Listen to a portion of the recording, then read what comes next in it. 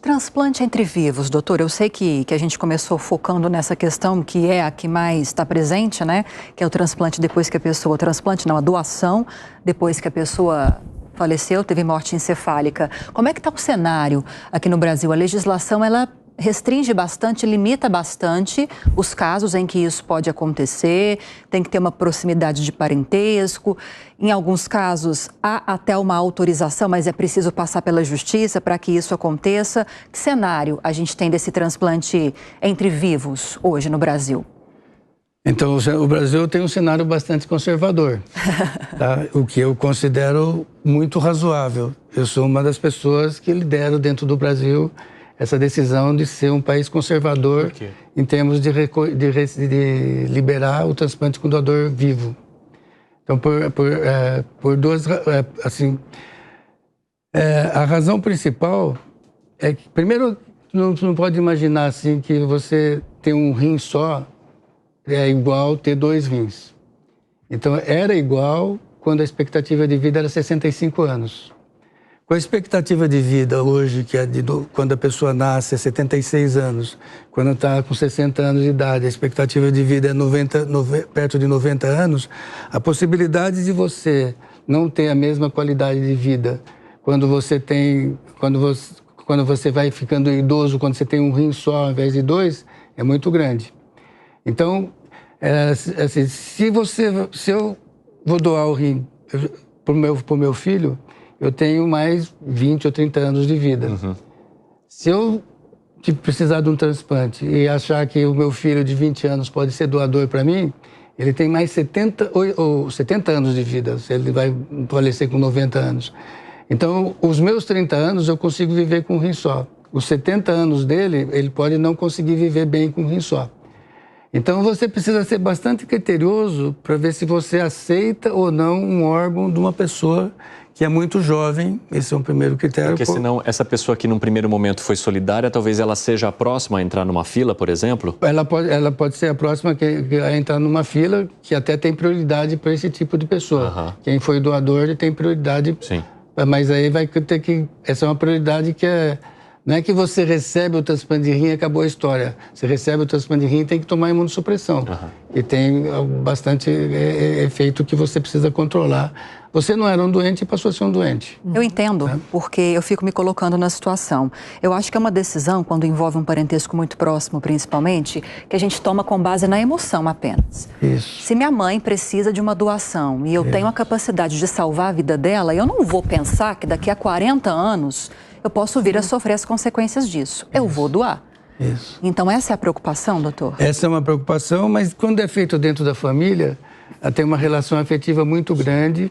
Agora, quando eu falo que eu sou bastante conservador, é que eu sou bastante contrário ao transplante de doador não aparentado. Então, a legislação permite que o transplante seja feito com doador vivo, dentro da família, até o parentesco de 3º ou 4º grau, e com cônjuge, sem você ter autorização judicial.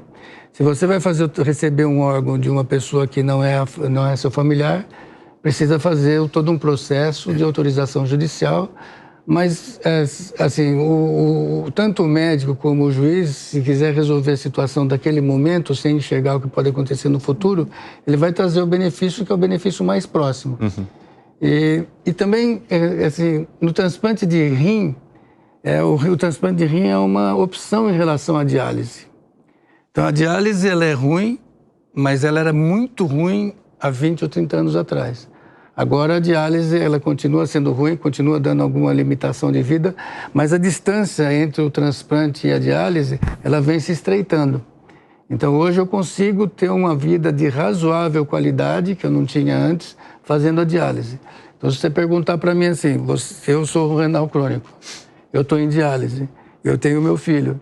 Você perguntar para mim, você pode receber o rim do teu filho ou continuar em diálise?